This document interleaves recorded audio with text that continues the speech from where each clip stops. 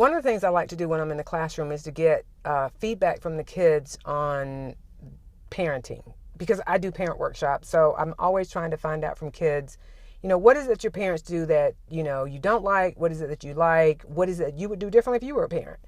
And so one day, probably last year, I was in a classroom and I asked the young ladies, what is it that they don't like about what their parents do? And so this one young lady said, I hate that our parents always try to rescue us.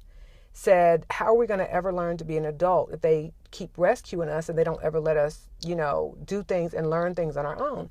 So I said, well, okay, give me an example of how do your parents rescue you?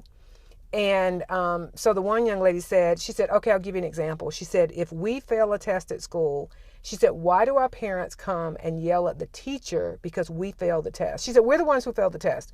Why do they have to come and rescue? And when she rescue us, why do they have to come and fuss at the teacher? And when she said that, several other girls in the class said, yeah, I hate it when my parents do that. I'm sure every teacher out there is probably like glad to hear a student say that and shocked to hear a student say that. But I just think there's some truth in what this young lady's saying is if parents always rescue their kids, how are they going to ever be able to deal with failure, deal with, resolving their own conflict when they become adults? Because I just think we are handicapping kids because parents often, don't want them to fail. And so it was about a week after they said that, a friend of mine gave me a story about her daughter that her daughter knows that the routine that they have, I think she's in the third grade, but she knows that the routine that they have is that when they come home from school, she goes and she does her homework. Well, this day, my friend's husband picked the kids up from school, and she said when her daughter got home, she started playing games and started watching television and didn't do her homework. So that night when they were getting ready to go to bed, she went in to check her daughter's homework, and the daughter's like, ooh, I forgot. And her husband wanted to let her stay up later to do the homework. And my friend said, nope, she's going to get a 0. And the reason she did it is because she wanted to teach her daughter a lesson so that she would never, play games instead of doing her homework. Because she said, even though my husband didn't know that that was our routine, she said, my daughter knew.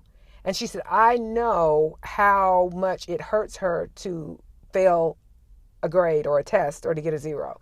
And so I knew that would stick in her mind, that she would never do that again. And I just thought that was brilliant because I'm not sure many parents would do that because we don't want our kids to get zeros. And I'm like, you know what? She's in the third grade. Like, how much is going to hurt her to get a 0 in the third grade? I just think we have to start thinking about the choices that we're making. How are they setting your kids up to be an adult and to deal with failure and to be responsible if they continue to get rescued while they're kids?